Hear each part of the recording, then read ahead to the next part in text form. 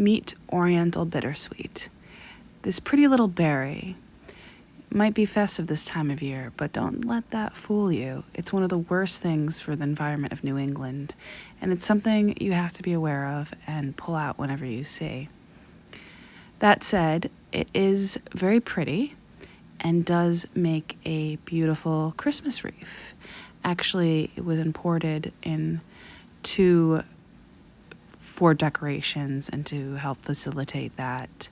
And because of this time of year, it is very pretty, although very, very, very invasive.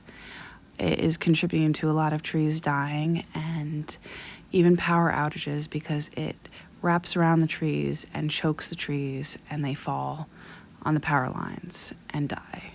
So this time of year, I like to go out and take it out because it's very identifiable.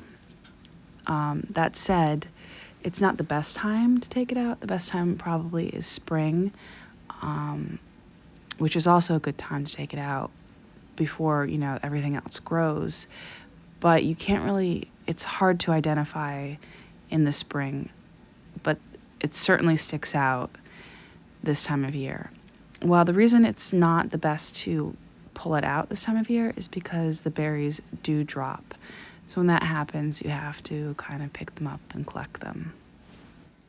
If you neglect to pick them up and collect them, they will sprout and make new little growths that you have to take care of in the future.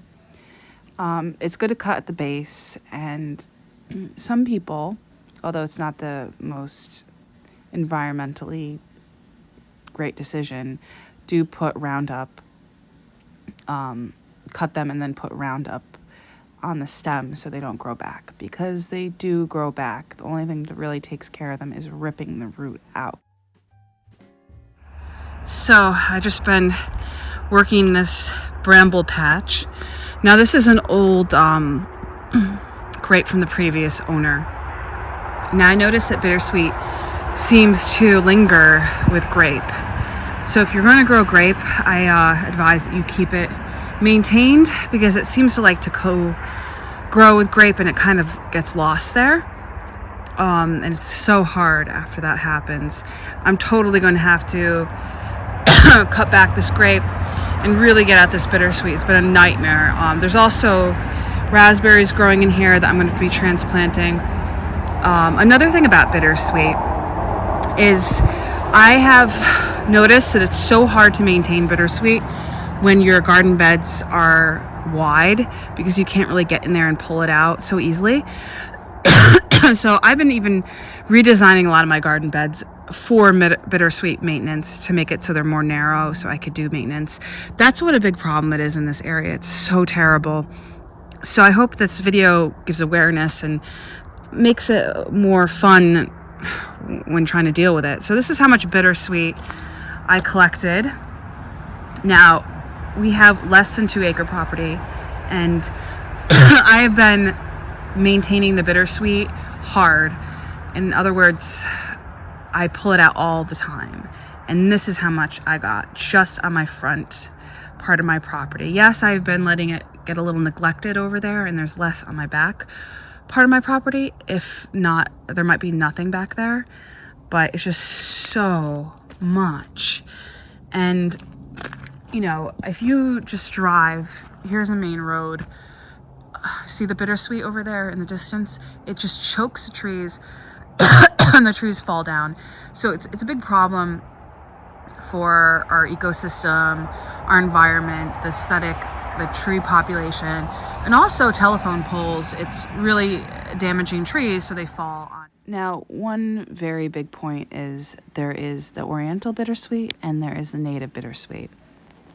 On the left is the Oriental bittersweet. As you can see, the berries just cluster all up and down the vine. They seem to be a lot smaller than the native. So the native is good, leave that alone. Sadly, I don't think I've ever really seen the native bittersweet. So I've only really seen the Oriental invasive bittersweet. But it looks very pretty. It's, as you can see, the berries, they kind of cluster up in a sort of bouquet kind of fashion as opposed to along the stem. Now, that's a good thing to be aware of, and maybe don't pick the American one, and if anything, cultivate it and give it a little leg up, and so it does hold its own in the environment, because it's not nearly as aggressive and damaging. So when you're given lemons, why not make lemonade? And that's how I feel about bittersweet. It's kind of fun to make wreaths with them. They make great wreaths. The annoying aspect of them when trying to get them off your property is that they vine and they tangle. And that really is beneficial when making a wreath, because you just tangle it in on itself, and it doesn't need any forms or anything. You don't have to go to the store. It's completely just the bittersweet. You could add decorations, not add decorations. Just turn it in on itself, and you have a wreath the more you add to it.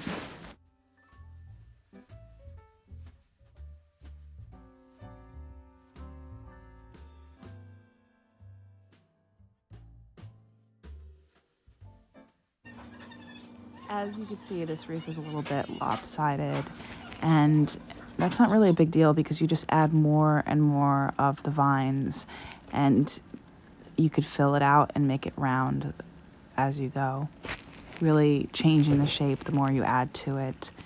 I like to first wrap around the bigger stems and then cut the parts of the berries and kind of just tuck them in, showcasing the beautiful berries.